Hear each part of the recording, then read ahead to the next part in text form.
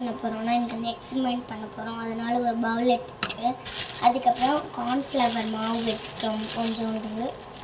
நான் ஆக்சுவலாக இதை வந்து ஒரு வீடியோவில் தான் பார்த்தேன். கொஞ்சோண்டு கார்ன்ஃப்ளவர் மாவு போட்டுச்சாச்சு. அதுக்கப்புறம் தண்ணி ஊற்றிக்கலாம். தண்ணி ஊற்றிக்கிட்டு போதுமான அளவு தண்ணி ஊற்றிக்கணும். எக்ஸ்ட்ரா ஊற்றினா கூட மாவு நம்ம சேர்த்துக்கலாம். பாருங்கள், பிசைஞ்சிட்டோம்.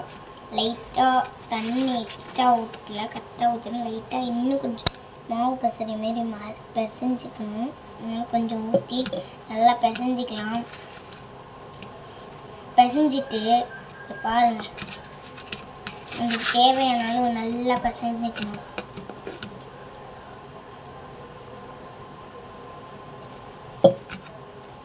இப்போ எப்படின்னா இது உள்ளே இருக்கிற மாதிரி ரொம்ப கட்டியாக இருக்குங்க. இது இப்போ இருக்கா இது இந்தமாரி பண்ணிவிட்டு இப்போ உள்ளே எடுக்கும் போது ரொம்ப கட்டின்னு நினச்சா எடுத்துடும். இதில் வந்தோடனே கையில் உருகுது. இங்கே பாருங்கள், உருகுது.